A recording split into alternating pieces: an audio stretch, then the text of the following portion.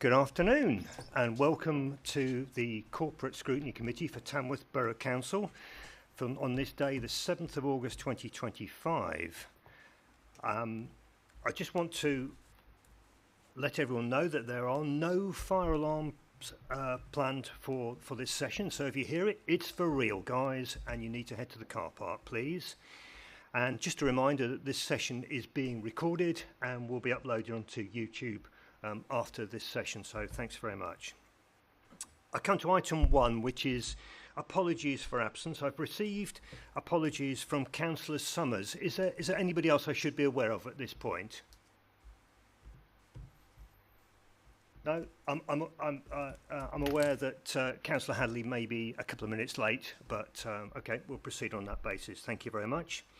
Okay, item 2, which is the minutes of the previous meeting, which was held on the 12th of June 2025. They're here for approval. Can I have a mover for those meetings? Can I take Councillor Couchman, please? Wait your turn. And a seconder would be Councillor Adams. So if we could take that to the vote to approve those meetings, those minutes. Looks like that's unanimous. Thank you very much indeed. For this session, can I ask, under item 3, are there any declarations of interest, please, at this time? No? Fantastic. Chair's update. I don't have anything to say at this particular time, other than to say it's great to be here in this chamber. It really just adds to the occasion and helps concentrate the mind a little bit. So it's really, really good. Under the item 5, responses to the reports of Corporate Scrutiny Committee, there are no updates to share with you this evening. And moving on swiftly to item 6, again, under the considerations of matters referred to the Corporate Scrutiny Committee from Cabinet item, I have no items to report to you at this point in time. So if we move on to the first substantive item of this evening, which is an update on the housing voids. You will recall that this item came to us, I think, back in March, if my memory serves me correctly. It was is an item of concern for all, I think, and we asked for this item to come back to this committee so that we could have an update and see, I believe as a group, what we could do about trying to improve matters. So if I can hand over, please, to Mr. Weston to perhaps give us a quick run through. Is it Mr. Weston that's going to take us through this? Oh, sorry, I do beg your pardon. It's Mr. Clark. Councillor Clark is going to take this through. Thank you, Chair. Thank you very much. I'm just going to give a brief introduction, then I'll hand back to Mr. Weston. So thank you. This report provides an update on the ongoing issues with housing voids. Despite continued efforts from officers and contractors, performance remains well below the standard that we expect, both in terms of turnaround times and cost. Quite frankly, we're not satisfied with the current position. We've now issued a formal contract performance notice, and Equans are required to respond with a clear and measurable improvement plan. And this step reflects the growing concern and the need for decisive action. If you just let me be clear, all options remain firmly on the table. We're reviewing every available route, including applications of liquidated and ascertained damages.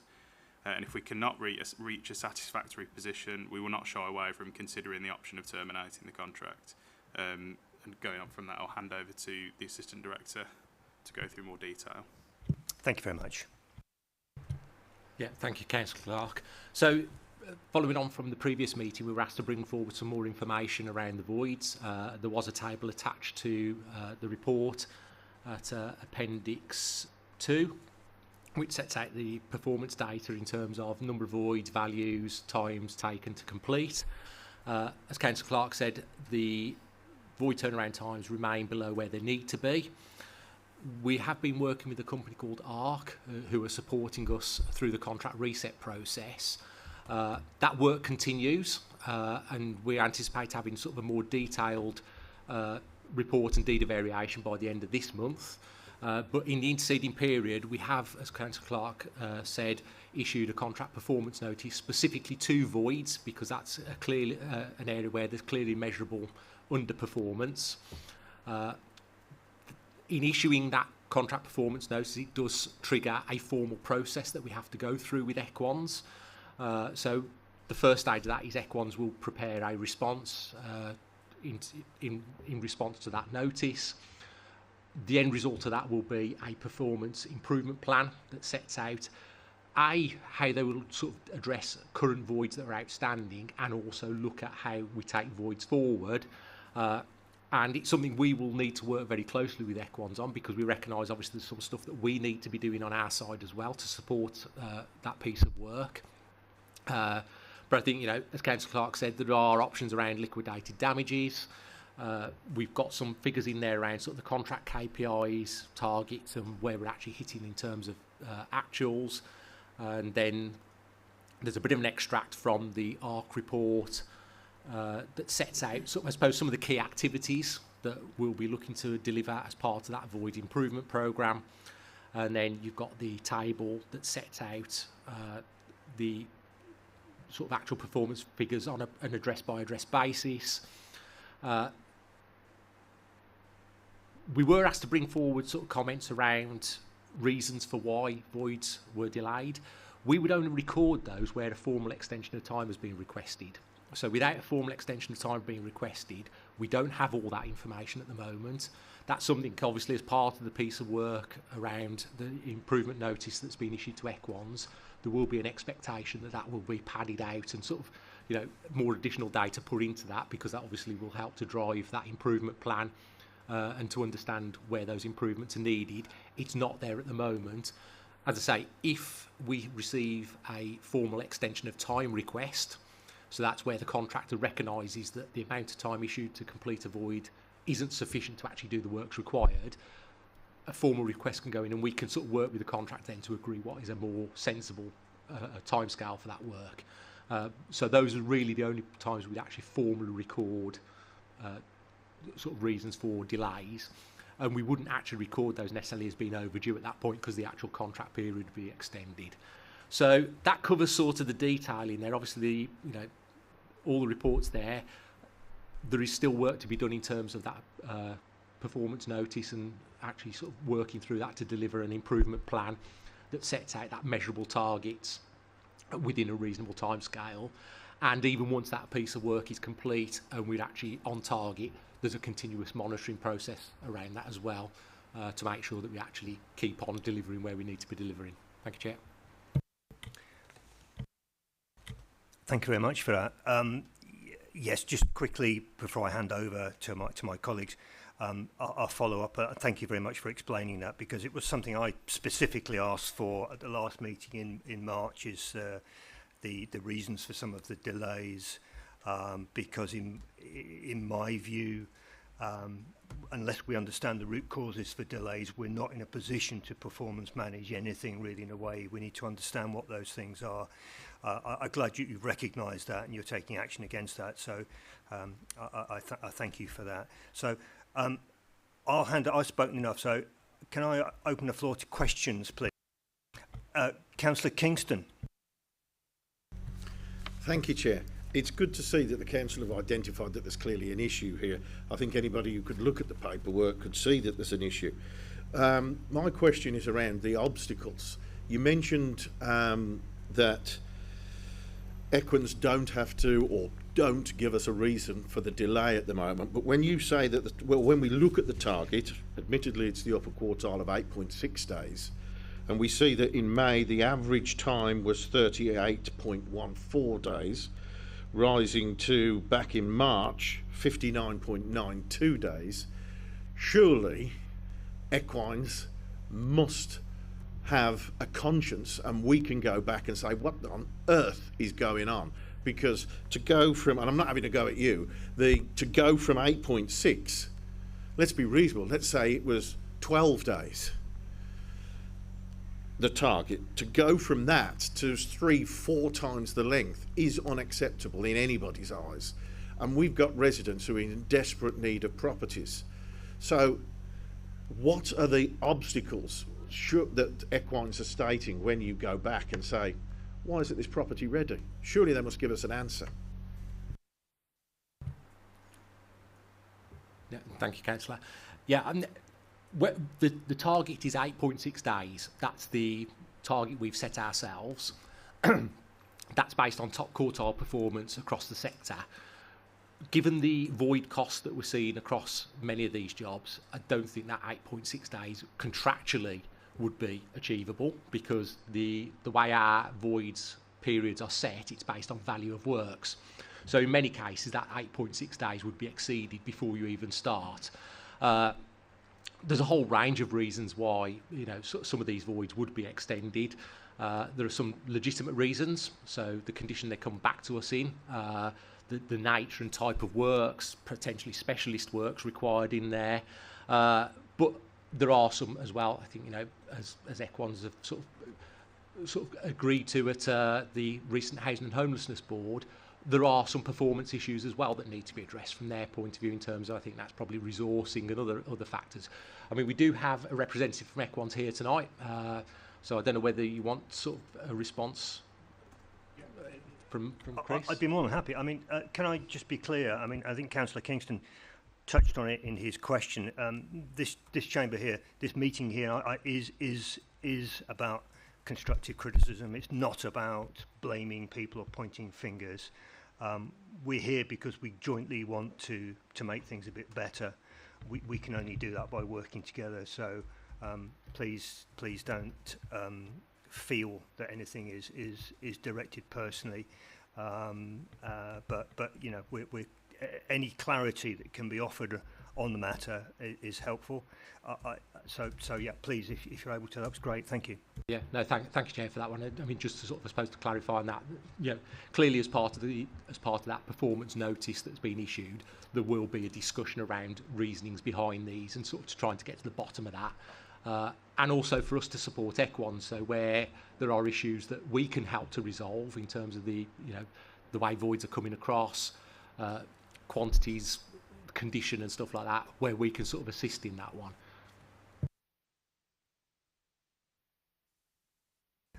Again, Councillor Kingston, thank you.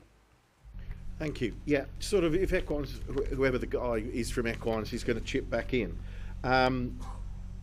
When you actually look at the repair costs, you partly answered that, because if the properties are in such a state, then obviously there's going to be a higher repair cost, and that naturally follows. Comparing us against other authorities, I know it touches on it in the report to say that something along the lines of, you know, rubbish remains an issue, and a lot of social housing providers are in a similar, not too similar, because we wouldn't have set surely the target of 8.6 days. Why are those repair costs, I'll ask it outright, why are they so high compared to the national average? Because if this is something that is happening across the board in social housing up and down the country, then surely our repair costs should be in line with those of other authorities, unless we're a really special case whereby our tenants leave properties in absolutely appalling rundown conditions. Or is it a case, and perhaps this is for Cabinet or yourself to answer, or is it a case that our properties are in a poor state of repair to begin with, and it's unfair to expect a company like Equines to go into a property that is already in need of substantial improvement works prior to the existing tenant leaving, and it's through no fault of anybody other than the age of them. So there's sort of several parts to that one. Again, I'd open that to anybody to answer that question.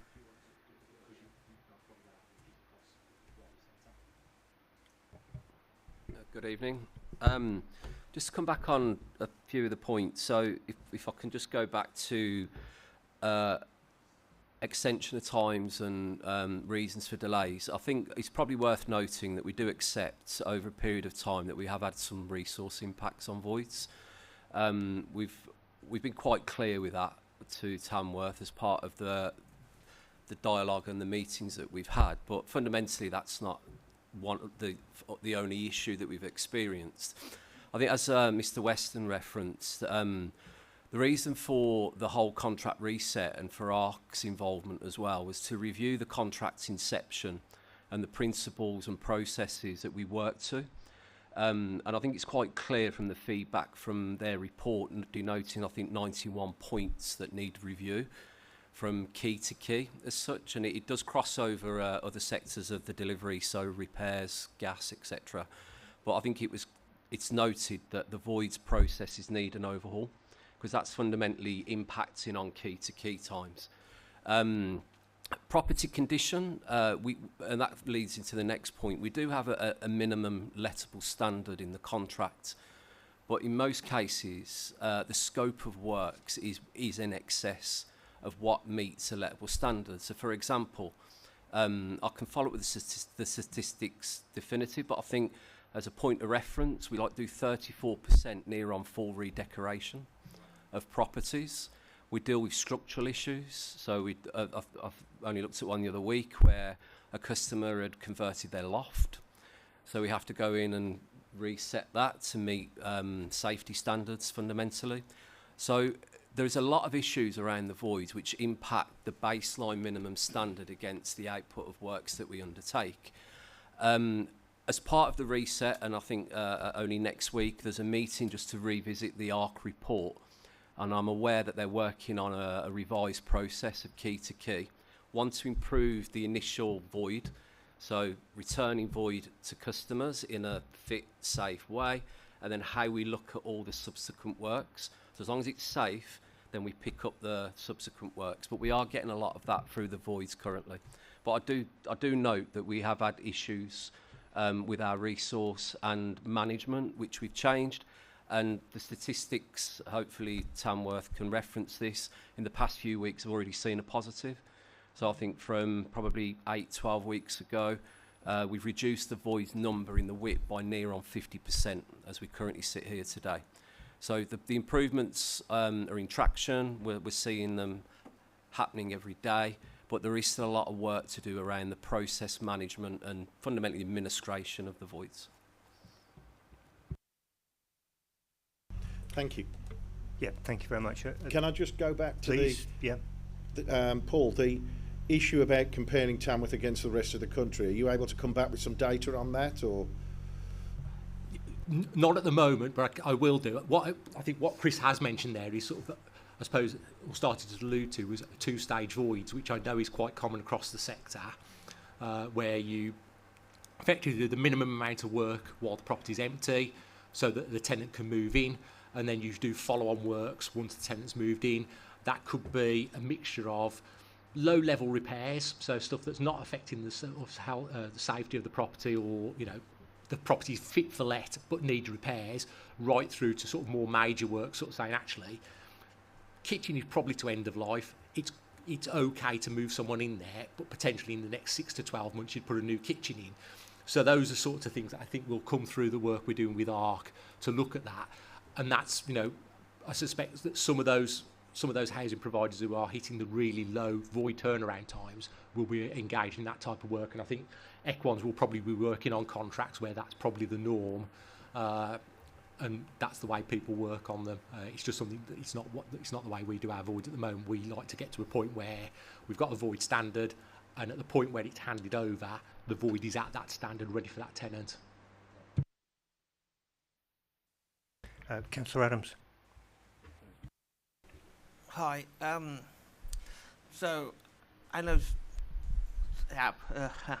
Sorry, but is there a policy of getting it back to the original site when we first hand it over the property to a resident before it becomes void? Because I know an incident where a fence was taken down and a wire fence was put up back to the original site, and it seemed a bit unnecessary work sometimes might be going on. Yeah, so there is a void standard property, and we also have a repairs policy that sets the standard that the property's due to meet. It won't be to the original built standard, because obviously, there are properties that people have lived in. Things like fencing actually typically sit outside of the repairs policy, and that usually sits with tenant for repairs, unless it's in certain conditions. So on void property, it tends to be the minimum amount of work required to get it up to that void standard and lettable standard, and that's a standard that's previously been agreed with tenants. Again, as part of the work we're doing at the moment and as part of that wider sort of regulatory piece of work across the housing area, we are looking at all of those sorts of standards with our tenants. But the void, when it's handed over, will meet that minimum void standard that is our published standard. Councillor Couchman, I apologise. I missed your. Thank you. Thank you. Can you tell me what percentage of tenants tell us that they're moving before they move? I can't. I don't know whether Tina might be able to, but I'm not sure we've got that information to hand though, so we might have to come back to you on that one. That leads me into the fact is if we know people are moving, is anybody actually going in, looking at the property, seeing what work needs doing, so that already that can then smooth the way forward so that the work gets done? I've been looking at this appendix with all the different properties and the different amounts of money that has been spent on them. And, you know, it's quite staggering. I've got to say that it seems that the people who live in the high-rise flats or who live in sheltered housing cost us the least amount of money. But really, and then I want to know as well, how successful are we in recharging tenants when they leave their properties in unsatisfactory conditions? Who would like to take that one? Anyone? Okay, thank you. I mean, just to answer the first part of that question, Councillor Couchman, in terms of exit inspection, so other than on death, we go in and do 100% of pre and exit inspections when we're notified that somebody intends to move.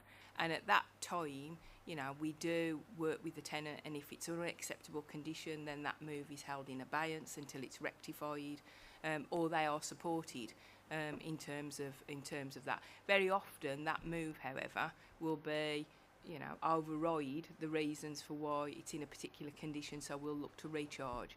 But we can improve that exit inspection process. We can do it just before they go, as well as at the time at which they give us notice, and we're going to work with the team on doing that. But we do 100% of exit inspections, other than, I say, on death. But in terms of the question around recharges, we'd have to come back to you on that detail.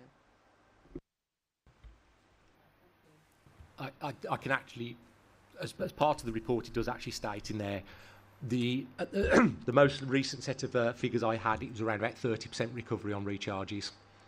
So in terms of the amounts recharged, we were getting about 30% recovery rate. Can I just say then, we are losing money.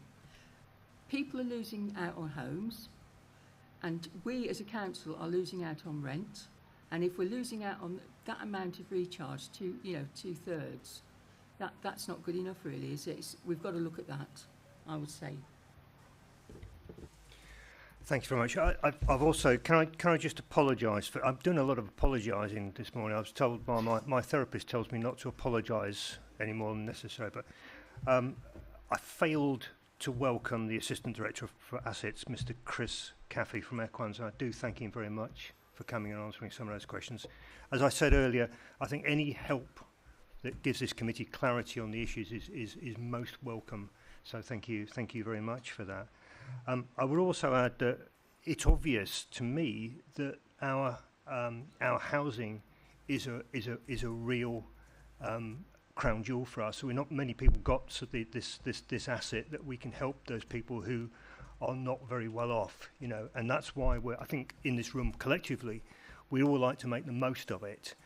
When I looked at some of the numbers, Mr. West, I looked at your averages and against your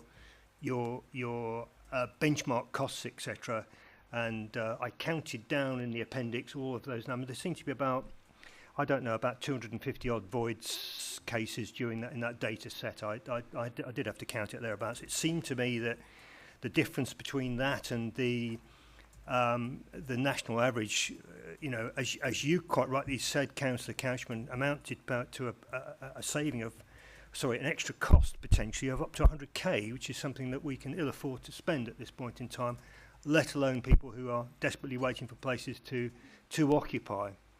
So I think if there are no more questions or observations at this point, I understand that we understand what's going on.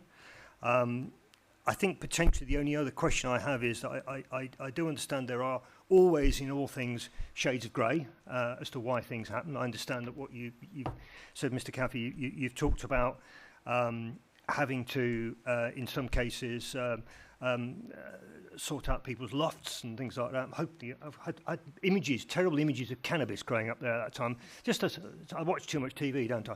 But you know, I do understand what you were saying, that some of the properties represent more of a challenge than others. Let's just say that, okay? But I also understand that at the end of the day, there is a commercial arrangement to be sorted out. I respect that, and that's just the reality of life, I'm afraid. So is there, and I think you probably touched on it, but my memory is so poor, is there an end date for when we are likely to sort out one piece of the puzzle in terms of sorting out a commercial realignment, actually get that signed and sealed and delivered? Is there an intent on that? So in terms of the sort of contractual deed of variation, we're looking towards the end of August to have that signed. What's the date for the 14th of August we've got to respond. So we've now got till the 14th of August to do our formal response back to Equans in terms of the response they've given to us.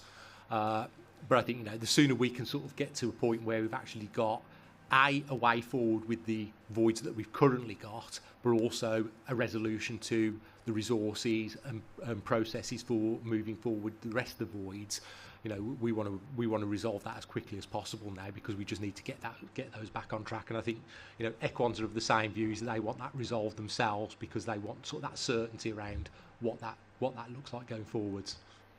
Yeah, absolutely. And I think, for me, when I first read the papers for this meeting, and having had the meetings in March and understood the issue before that, I was certainly under the initial impression that we reached that point. Obviously, we haven't yet, so I would urge all swiftness towards that place, which you're duly doing.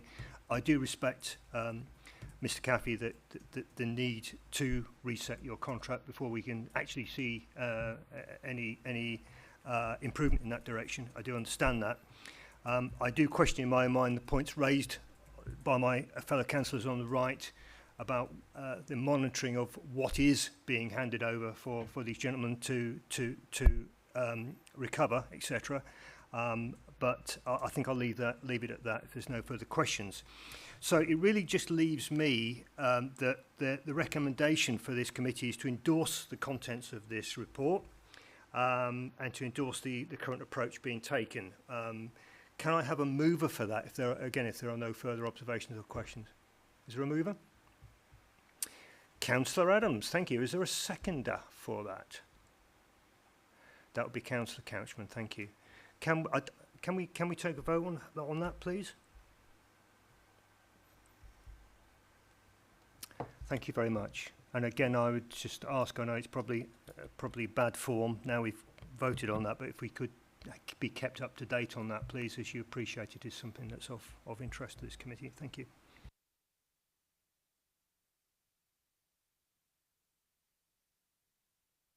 Thank you. Thank you. Thank you, Mr. Caffey, etc. You may leave now. Thank you very much. Thank you for your time. Safe journey. Thank you.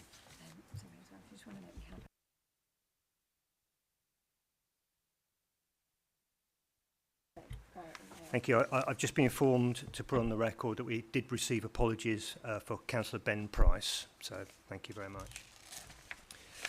So, there's trouble. You can't see the lights very well, can you? Okay. Giveaway, isn't it? Item 8, which is the Q1 performance report. So the purpose of the report is to provide the Corporate Scrutiny Committee with a strategic overview of the Council's performance during Q1 of the 25-26 financial year, April to June 25. It outlined progress against the corporate plan 2025 to 30 through delivery plan activities and key performance indicators, enabling the committee to assess the achievements and inform recommendations ahead of Cabinet consideration on the 21st of August, guys. Thank you. So, I would welcome the Assistant Director of Policy and Performance and the Leader of the Council to this meeting. I got that bit right, so I should read my script, shouldn't I? And I'd like to hand over to the Leader, Councillor Dean, please, to introduce the report. Thank you very much, Councillor Dean. Thank you, Chair. So you have our quarter one 25-26 performance report in front of you, and as you rightly said, this report provides a strategic overview of the council's performance during quarter one of this financial year, and it's working on the priorities that are set out in our corporate plan 2025 to 30. I hope everyone has noticed how different this report is, and we want to thank all the officers who have worked to make this so user-friendly, and I'm hoping that means that the committee will be able to have scrutinised it better and look at the items that we're asking for you to give us your feedback on. So it's structured into 3 sections: the corporate plan highlights, the performance dashboard and the appendices. So we're Amanda, have you got anything you'd like to say? Thank you, Councillor Dean. So yes, this is the first new look version of the quarterly reporting on performance to Scrutiny Committee. It tracks the delivery of 80 activities within the delivery plan. Essentially that's looking at the making sure that we're working towards delivering the priorities within the corporate plan. Of those 80 activities, 72 are on track, 5 have been raised as at risk, 1 off track and 2 complete. Alongside this, we also have key performance indicators, and that looks at how effective we're being in terms of the delivery. There's obviously a detailed appendix to this, which shows the detail with regards to what the breakdown is. I'm happy to take any questions. Thank you very much, both. I'll hand over to the committee if you wish to go to bat first. Thank you. Councillor Couchman. Thank you. The delivery plan, the one that's off track, which is the Delivering Social Housing Improvement Programme, can you tell me why it's off track then, please?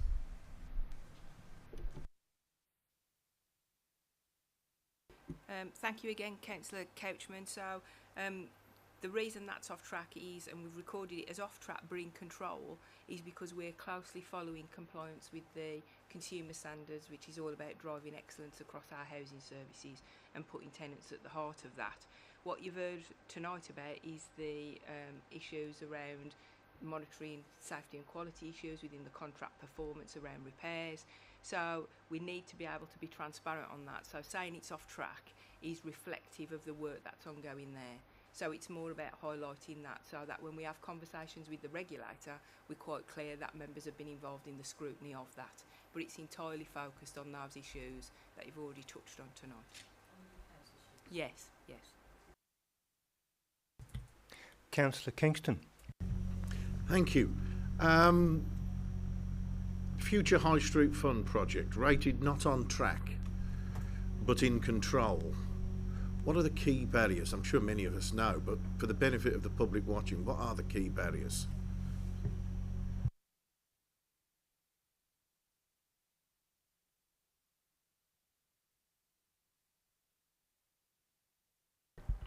Well, I'll try and answer this one, Councillor. I mean, I think there are a number of challenges around the Future High Street Fund. Obviously, there's been slippage around some of the projects. We've seen increased costs, so the team have had to be managing that. As you'll know, there's been some challenges around kind of some of the reputational impact as well in delivering on some of the projects. So I think what we're trying to do now with the Future High Street, and we're coming to the back end of it, and actually I walked the town centre today, and, you know, looking at the new Elizabeth Bradbury Centre that we've got, the college, the Market Square, all seems to be coming on board. But I think the key issue have been just some issues around the kind of wider project management, some of the technicalities that have caused some problems here. So we are on top of it through the Future High Street Fund Board, which is chaired by the leader and has a range of members engaged in that. I believe Councillor Dean wants to come in on that point, if I may ask Councillor Dean. Thank you. Yeah, just to give a little more clarity from my point of view of how it seems to be the problems that we're running into, it's things that we didn't know. You know, it's those elements that you start doing the work and then you find something else, and the end products, the end projects that we're onto, like the Market Street properties, it was a voyage of discovery, shall we say, about what was in there. So it was always going to be difficult to say how long that would take, and that is a lot of where the slippage is. Councillor Kingston. Thank you. That's brilliant to hear. So just to sort of wrap this question up, what lessons have been learnt by the delivery challenges with the Future High Street Fund project? I dare say the list is huge. Yeah, I mean, I think there are a number of issues that we've picked up through working through this project, particularly over the last year. I think we've identified a number of things, and one of the things that we've committed to doing is at the end of the project doing a little bit of a review and a lessons learned, because I think there are aspirations for wider regeneration projects within Tamworth, and actually we need to learn from them. So there will be a long, hard look at some of the lessons learned, and what do we know?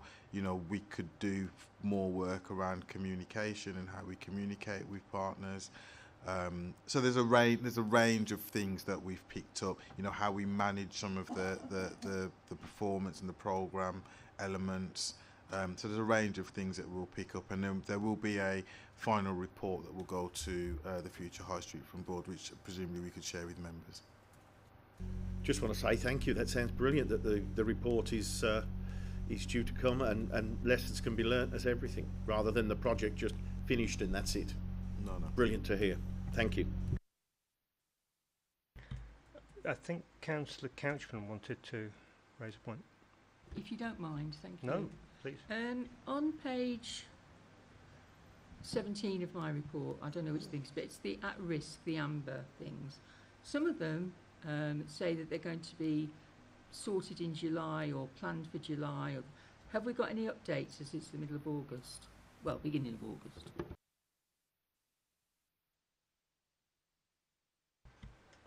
I think if I might just add a little bit of, well, overlay one of my points over, which I think is where Councillor Couchman is coming from. On page 17 is items 3A and 3B, which refer to the town centre regeneration. Or is it? And the Gungate, and it was I think there was an amber, wasn't it? An amber, because it was awaiting some approval at Cabinet. I believe it was approved at Cabinet on the 27th.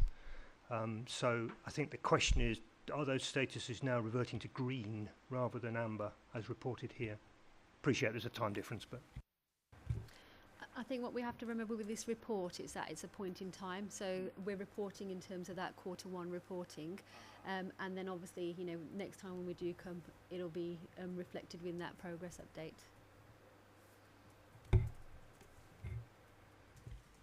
So would they be green now today if you were reporting?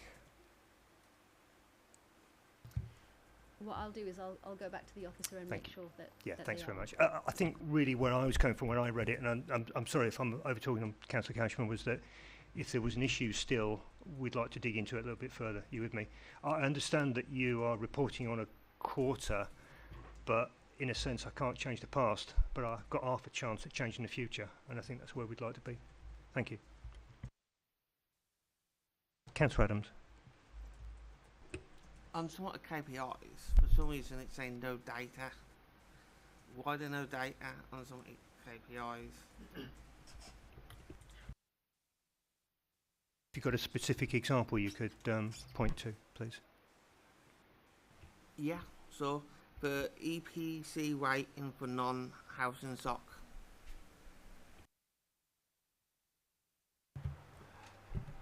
Yeah, we're still pulling that data together at the moment, so we're collating that data as part of stock condition work and also looking at sort of through the records on it. So we're pulling that together at the moment. Councillor Kingston, I believe you wanted to come in. Thank you. Thank you, yeah. different topic, same report. I couldn't find any mention of local government reorganisation on the risk register.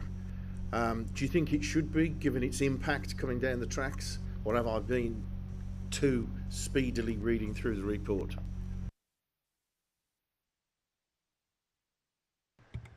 Sorry, Councillor Kingston, can you tell me which part of the report you're referring to?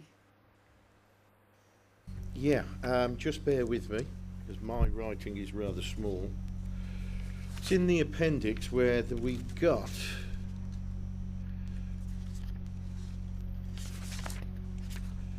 If you want to take another question, I'll find you the exact section. Shall I just come back on that? Because I think one of the...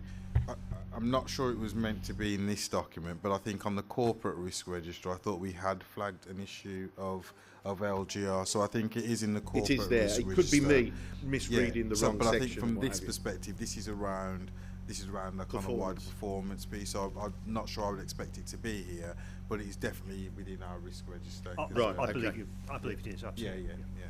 I've missed it. I apologise. No problem. Any further questions? Can I just add a couple of things? I'm afraid I seem to be circling back to the previous item, really. Page 17, CPC 5, which is again talking about the housing, etc. What I wasn't clear in my mind, under the previous item, we talked specifically about the voiding. My question is, does the contract reset also apply to the other aspects of Equans delivery? Will all of these things like mould and etc. will we expect to see an improvement as part of that reset? I don't know the answer to that. Anyone enlighten me? So anything that's within the Equans contract will be affected by the contract reset process. So all aspects of the Equans contract are affected by that. There are some things that are delivered as part of the repairs process that aren't within the Equans contract, so those are delivered elsewhere. So if it's in Equans, it's part of the contract reset. Right, brilliant. Thank you very much for that. The other thing which sort of related to that is that when we met in March, you presented some figure, Mr. Weston, which talked about what I was concerned about was how long it takes from somebody to move out to somebody to move in, the end-to-end process. And you presented a table which showed the time it took Equans to do their bit and the time it took TBC to do their bit, because there's sort of two bits to it to get somebody back into a house. So my question is, should there or is there a KPI which reflects the time it takes TBC to do the processing, etc., around the work that Equans does? And if not, could we have one?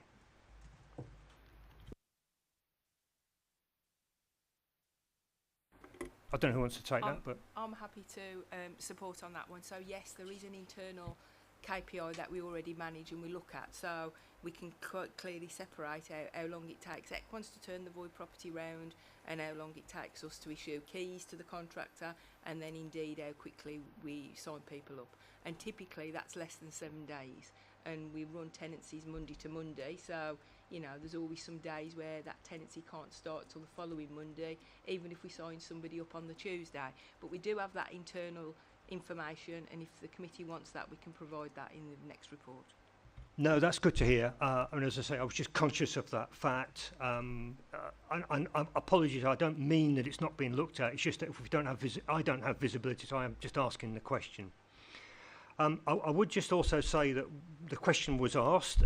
I felt the format of the report was really, really good, because what I was keen to do was understand where are we against what we said we were going to do, and I think that report clearly tells me that information, and I found it very straightforward to go through. So I would say thank you very much to the officers for their work in restructuring that report. I don't know if anybody else wants to make any comments about that, whether you found it good, bad or indifferent, but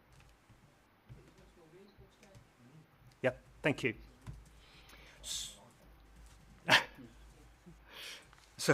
So moving on then, it is recommended that the Corporate Scrutiny Committee reviews and provides feedback. I think we've done that. So now we are looking to, is there any further recommendations that we wish to make at this point in time? I don't think there is. So are we being asked to approve this? Well, just to, just to confirm that you've done it, so just a mover and a seconder. Really. Okay, I think we're looking to endorse it then. Are we endorse it? Is that a fair one? Can we endorse it? Is there a mover for an endorsement of this report? There is Councillor Couchman, and is there a seconder? There is. Councillor Coates, sorry. Okay, can we go to the vote? All in favour? That looks like unanimous. Thank you very much indeed. We'll move on to item 9, which is the Q1 financial health check report. Again, I had a vision across my mind which I won't terrify you with, but there you go. The purpose of this report is to provide a committee with an overview of the Council's financial position for the first quarter of 25-26 financial year, April to June 2025. I can't even say it. April to June 2025. And the Cabinet will consider the report on the 21st of August 2025. So, and again, I'm going to apologise because I have completely forgotten your name. I'm really, really sorry. I'm terrible with names and faces and most other things. So I'm going to welcome the Head of Finance to introduce herself and just take us through this report, please. I apologise. I'm Tayo Lowell. This report is just showing us the financial position for the first quarter up to June, and it's divided into 5 different sections: the General Fund, HRA, Treasury, the MTFS, and the Economic Wellbeing. Is just trying to show us, the report you've got in front of you is trying to show us where we are in terms of the spending for the first quarter and the changes to the plans that we had at the beginning of the year. I'd like to take any questions. Great. Thank you very much. Anybody would like to kick off? Councillor Couchman. Thank you. I see that there's a very slight projected underspend, and I've just lost my screen, so I do apologise, for the year. Looking at that, though, and looking about the, as Councillor Kingston's already mentioned, local government reform, are we not going to be sort of having to employ more staff, in which case we may go slightly over budget? I guess that is a possibility, but we have to put it in mind that this is the position at the end of the first quarter, and it doesn't really reflect the whole year, because at this point usually we are not spending very much, because this is when we're getting into the contracts, making agreements with suppliers, so things are not actually in place. You probably will get a better view by the next quarter.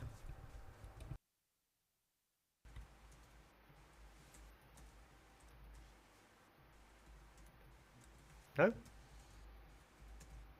Okay. I've got some questions, if you don't mind. Sorry, there are a few of them. If you look at page 38, there is the table on page 38, which currently shows that we haven't spent the allocated housing repair budget for this first quarter. But we then go on to project an overspend at the end of the year. Give you any details of why, you know, I would have thought that was within our gift to control. We shouldn't be overspending it at the end. A lot of accruals was done at the end of last year because some of the invoices haven't been paid, and those are reflecting in the figures that you see in the actuals. However, based on the reset that is going on and what we know would be happening, we are looking at overspending that budget. Thank you very much. I think similarly, moving on to page 51 on Appendix A, it's really a question of principle, because we talked when we were setting the budget some time ago. I seem to recall that there was an overall aspiration that the assembly rooms should in effect break even within 3 years. So there should be part of that. I just want confirmation that there is a plan that as part of this year's budget, we are heading towards that 3-year point where we can hold up our hands and say we are breaking even on that. Could you comment on that, please? I don't know if you're aware, but assembly room was one of the areas where we've done a zero-based budget. So we've stripped it backwards and done completely start from the start for this year's budget. And we're looking at definitely in 3 years to be able to break even. And that's the plan. But with the will in the world, we plan and things happen. But at the moment, we're on track. No, that's great, because I think as a scrutiny committee that we'll talk about having plans, and I think part of scrutiny is making sure, are we actually following that plan through? Because not all plans come to fruition. Sometimes you've got to change them, etc. But I personally would like to remain focused on that, because I think it's important that it's an important part of financial viability, the assembly room. So thank you very much for that. The other one was on page 50 on Appendix A. We talked about the cost of the refuse contract being higher than expected.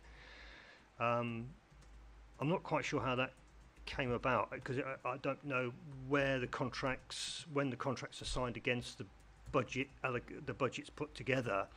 But so my question, I guess, to try and help me out, is I'm guessing, as we share the service with Lichfield, I'm guessing Lichfield have the same problem. Is that right?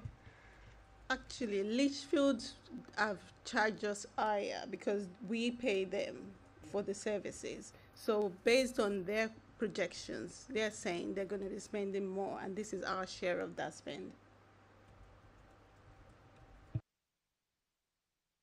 I think my final question really, again, also is page 55, Appendix A. It's again relating to the anchor side service line. I appreciate when, I think if my memory is correct, I had to go back through the timeline and think about it, was that I think when budgets were originally put together, we hadn't taken back control of the anchor side, so this was something that had to be allowed for, and I just wondered what the overall expectation for that, because I mean, looking at all those numbers, I had to try and get my calculator out and work them all out, as I didn't have the benefit of an Excel spreadsheet. It seemed to me that the overall balance for those items was quite positive at the moment, i.e. it's not going to be a draw. I just want some reassurance that it's not going to be a big drain on our financial resources, that we can, and that it can effectively pay its way. Chair, can I think there's an item later on the agenda around anchor there is, side. So yeah. I was wondering if Should we leave it till then? Yeah, thank you very much. Thank you. Councillor Couchman. Can I make a comment about the joint waste? One of the reasons it might be a bit more expensive at the moment is they are procuring all these food caddies and stuff like that. Now, it's supposed to be a zero net cost to the authorities, but I think probably with Lichfield and us being ahead of the game and getting our orders in quickly so that we've got them, that you never know. I'm not saying that is, I'm just saying it might be a reason. Councillor Dean. Thank you. There is also the item that we had to purchase new vehicles, which I don't think we'd got in our budget because we weren't aware of the time frame of that. So that has made a difference to our budget lines, because those new vehicles are now here and are now on the roads. Thank you very much. Yes, I have indeed seen those vehicles on the road, and very smart they look. So thank you very much. Yeah, I mean, I was just curious, really, as to where those things come. We all want certainty, don't we? Are there any further questions on this report from the committee? Thank you. In which case, we've been asked to endorse this endorse this report. Can I have a mover and a seconder? I'll do it all at once. It's more efficient that way. So we'll take Councillor Hadley as a mover. Seconder, Councillor Adams. Let's put it to the vote then. Again, unanimous. Thank you very much.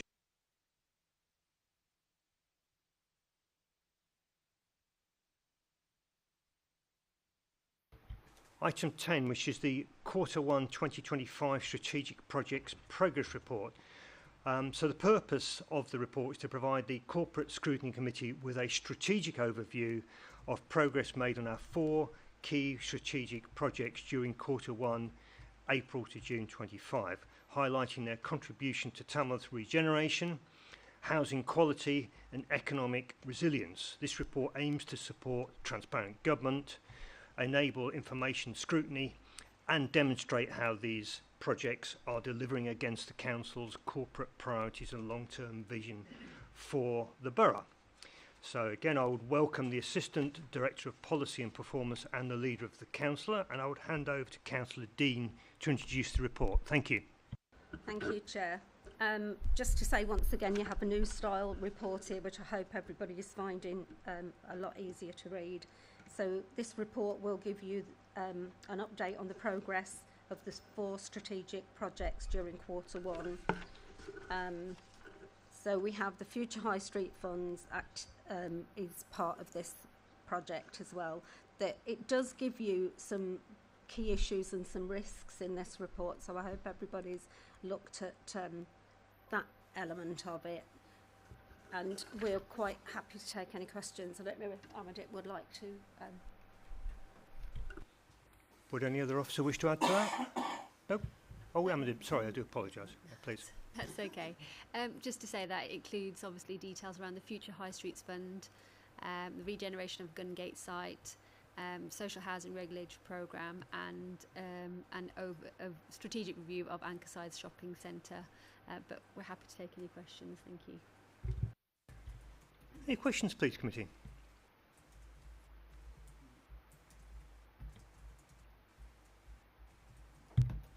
Councillor Couchman.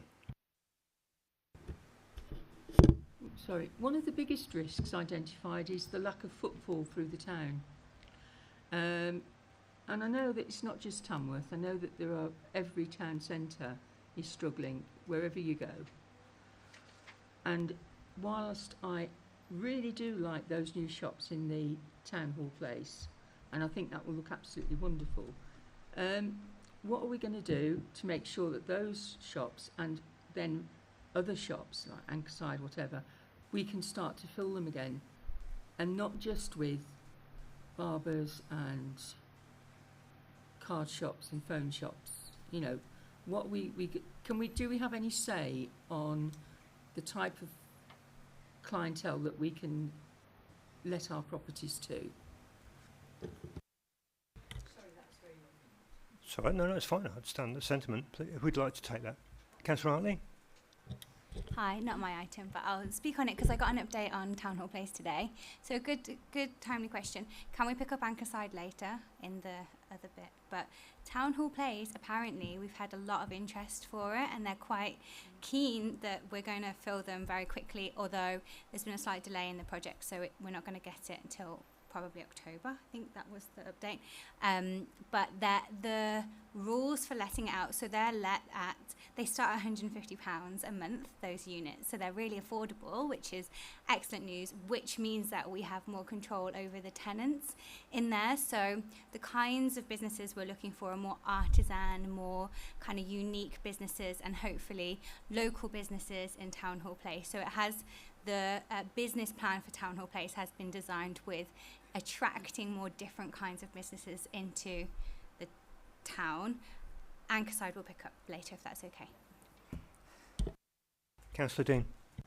Just on the wider Tamworth issue, as everyone should be aware, we are partway through getting the report on the master plan for the town centre, and that's the piece of work where we want to get a feel for exactly what we want in our town. Unfortunately, you can't make the people who you want come into town. You can only try and encourage them. And the whole idea of the Future High Street Funds is that the town looks a bit more attractive, and we encourage different kinds of businesses to come in. It will be interesting to see, once Town Hall Place is let, how that affects other shops. But there are not that many that are actually ours. And officers will tell me if I'm wrong, but I think once a unit has a certain designation on it, then it's difficult to change it.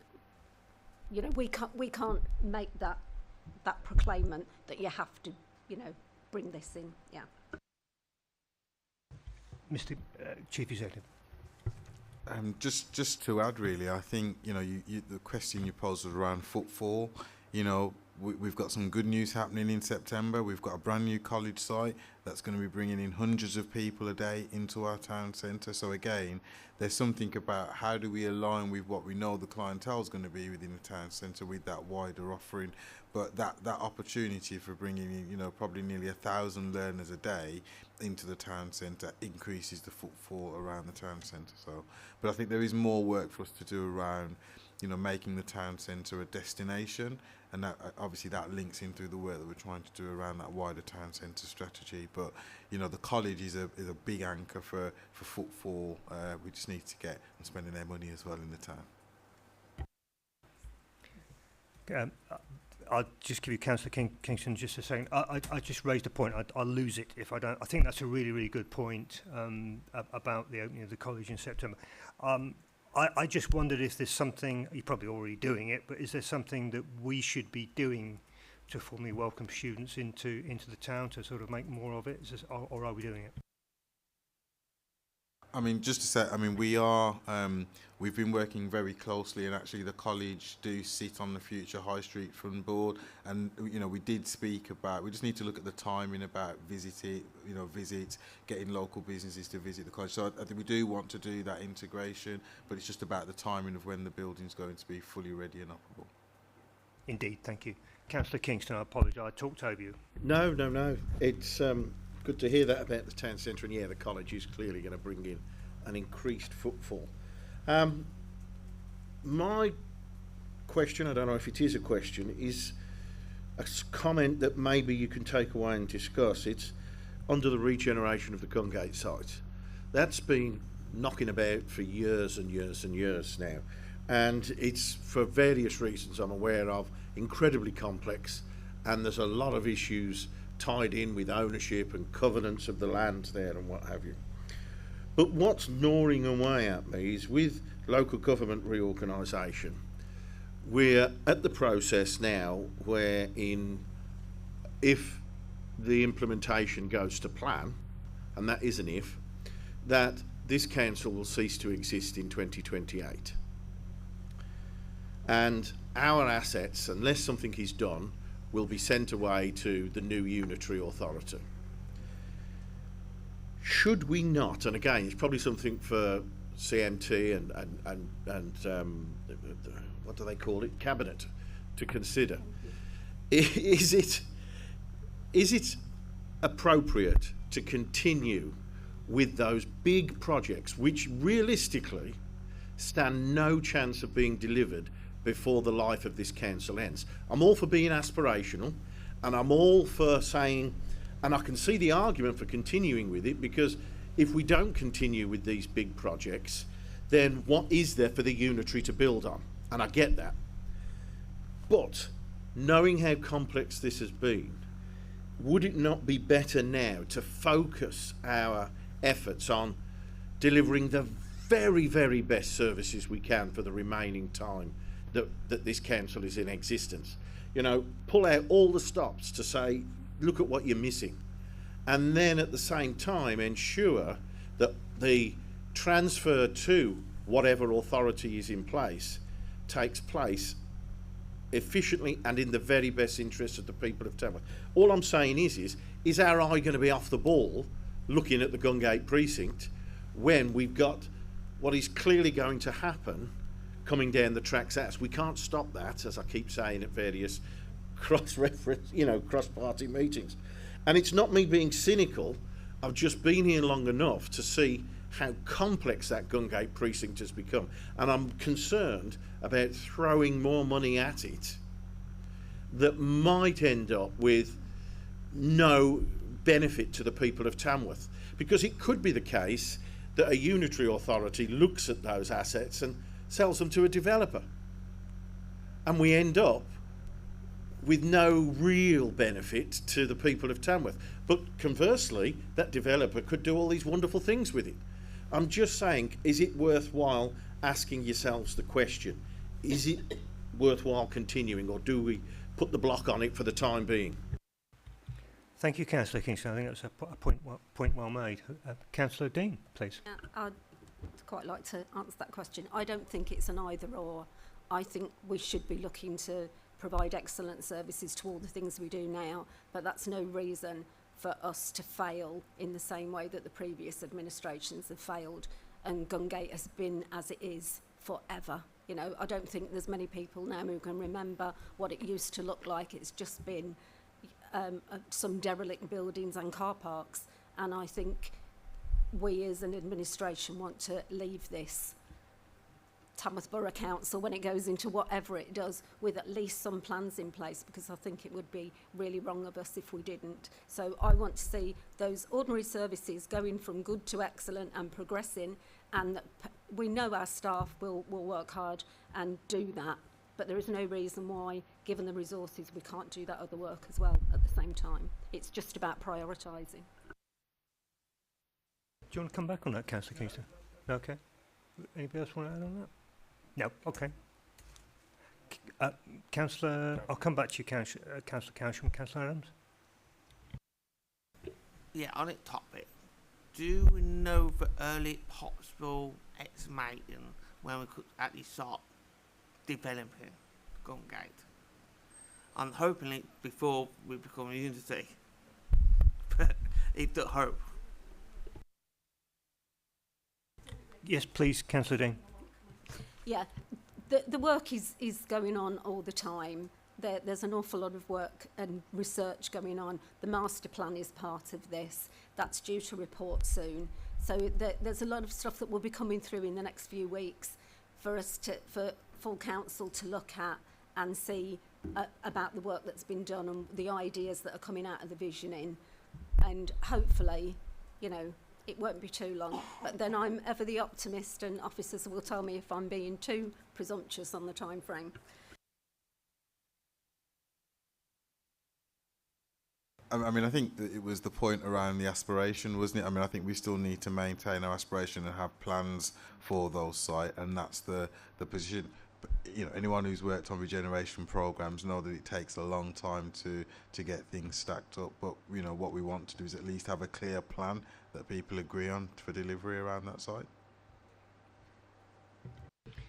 Yeah, I think if I might sort of cap through some of it, because obviously there's some responses there which about the aspiration, which I think we all have, that we would like to see that to happen.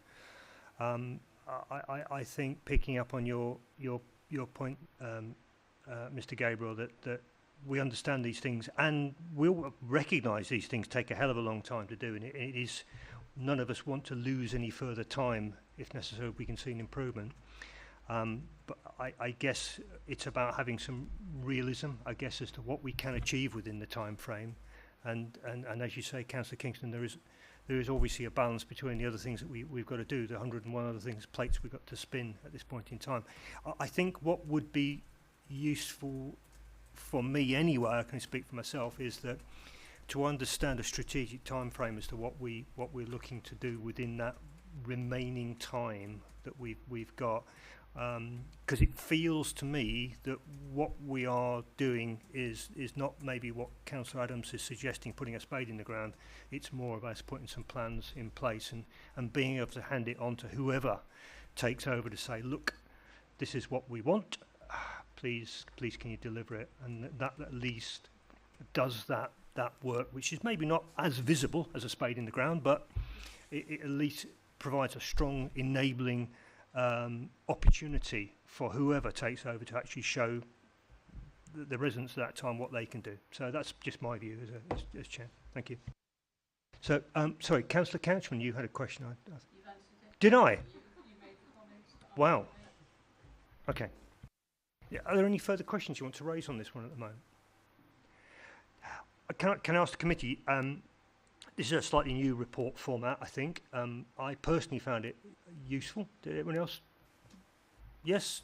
Yep, ringing endorsement there, guys. So again, thank you to the officers who prepared this report. I found it.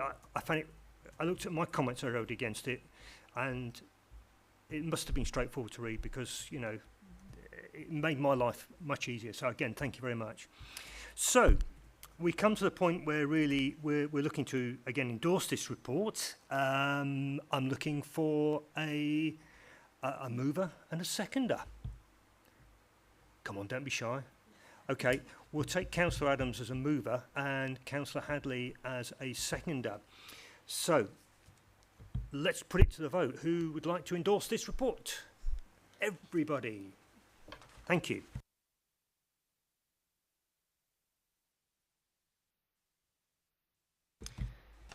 We are flying through this agenda, aren't we?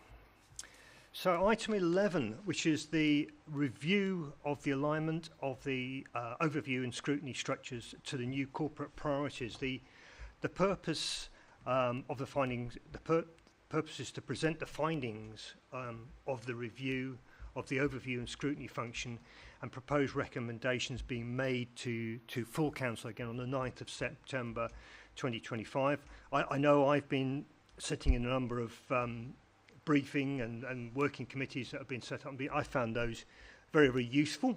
My own personal questions are pretty much zero along the way. But I would welcome the Assistant Director in Policy Performance and the Leader of the Council, and I believe at this point I'm handing over to Councillor Dean to introduce this report. So thank you very much, Councillor Dean. Thank you, Chair.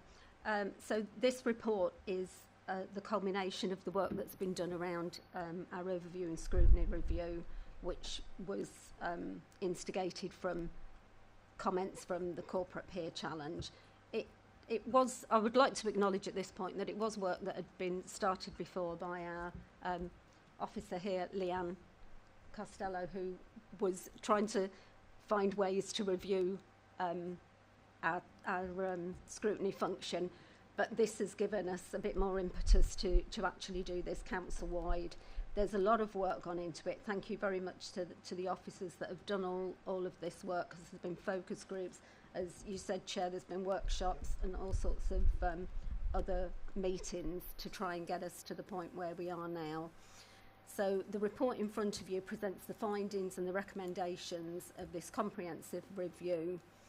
And we're hoping that it will pass through with your comments tonight, then it will go to Cabinet, and then we can start implementing the way that we make our overview and scrutiny committees much more effective.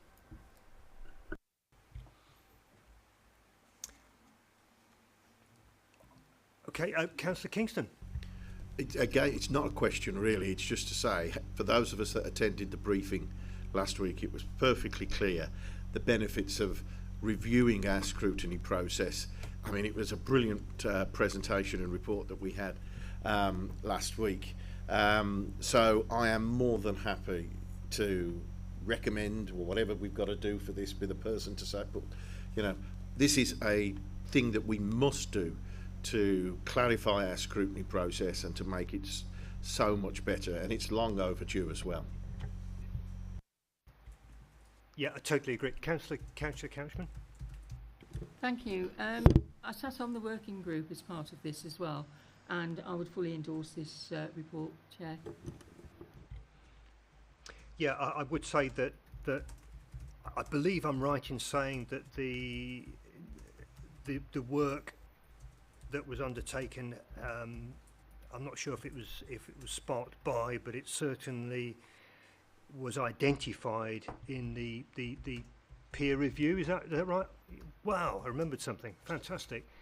But I felt that the process that we were led through as members has brought us to a point where we're quite happy about it and understand it. I will just, for the sake of completeness, I've got a lot of stuff on Leanne's script. She's very kindly prepared a script for me, so it makes me sound like I'm half sensible. But it just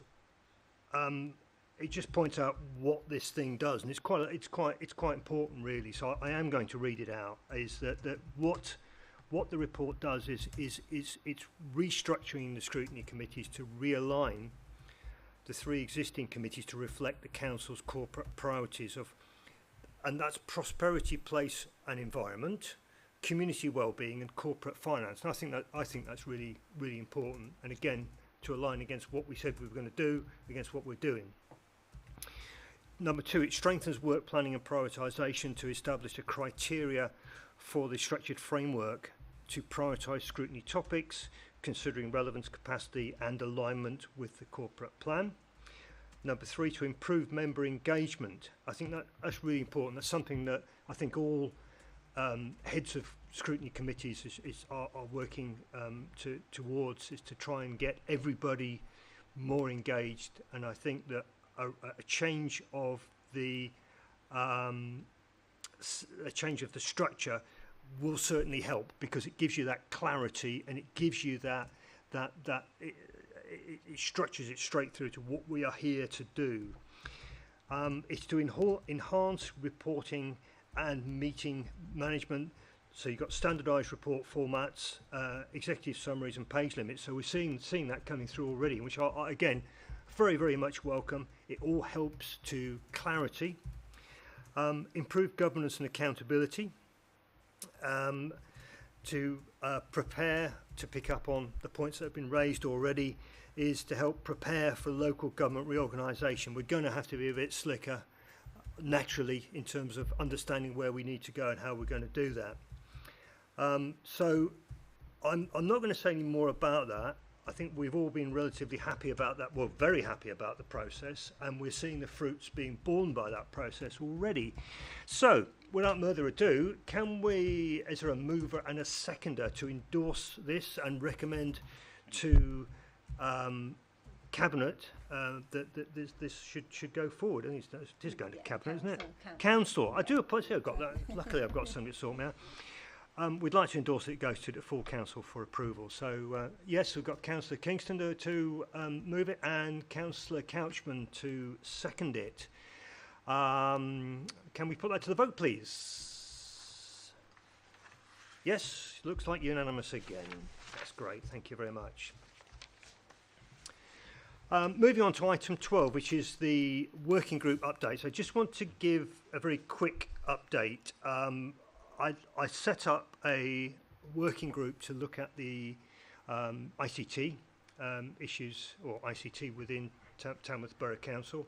We felt that was something that was important to do. And we had our first sort of get-together, I'll call it that. I think, first of all, my comments is that I found it really useful to have a discussion, an informal discussion about ideas and things, and the value in that was tremendous. But I think we came up with 3 lines of inquiry that we were interested in as a group. 2 of those lines of inquiry were really about stakeholders. They were about how useful, how helpful is the ICT systems to, obviously, residents. That was a concern. You know, is there improvements we could make, etc. The second stakeholder is actually to officers and people who work for Tamworth Borough Council. Do they have the support they need from the systems that are provided? But without a shadow of a doubt, and I think I was shouted out by the number of people who jumped up and down a bit, that their greatest concern with ICT, purely born from our own point of view as lay people, really, I guess, is security.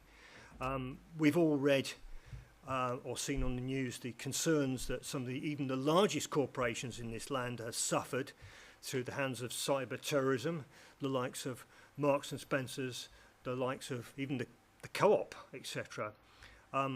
We wouldn't want to add to that list of names. So we are looking to take that item forward as a priority. We are looking to engage with some of the IT people from Tamworth to help educate us a little bit, because we're not IT people, afraid, but we just want to have that informal discussion at an appropriate time to talk about arrangements, what we need to do, and see where we can take that discussion forward. And then when that comes to Scrutiny Committee in November, we'll be all the better prepared to present that to others. So that's really just all I wanted to say about it. And again, if anybody wanted to send me anything about IT, it's always an education for me, including security. Please do. Item 13, which is the forward plan. I've got nothing to say about that other than, guys, as usual, if there are items that you would like to go into the forward plan or you'd like to reprioritise it, please do. Please contact me. I think Leanne would say please use the forms if there are items that you'd like to add to that, and I certainly would endorse that approach, because I think that in using the forms, what it forces you to do is to think about, what do I want out of this? Because sometimes we got very passionately involved in something but not very quite clear about where we're going. So the forms that have been put together are really useful to help getting that process together. Item 14, which is the Corporate Scrutiny Committee Work Plan. I've not received any work planning proposal forms yet, other than for what I need to put together for the ICT stuff, which I will do, but we're still formulating our way forward in our lines of inquiry. So we come to our final, not quite final, but we're getting towards the end of our agenda, and we reached a point where formally I must ask that, in accordance with the provisions of the Local Authority Executive Arrangements, Meetings and Access to Information England, Regulations 2012 and Section 100A brackets 4 of the Local Government Act 1972, luckily I've got a comma here, the press and public shall be excluded from the meeting during the consideration of the following business on the grounds that it involves the likely disclosure of exempt information as defined in paragraph 3 of Part 1 of Schedule 12A to the Act, and the public interest withholding the information outweighs the public interest in disclosing the information to the public. So if you got all that, I'd look a mover and a seconder, please, for that. Seconder, all those in favour? So can we exclude the press and public? Thank you. Do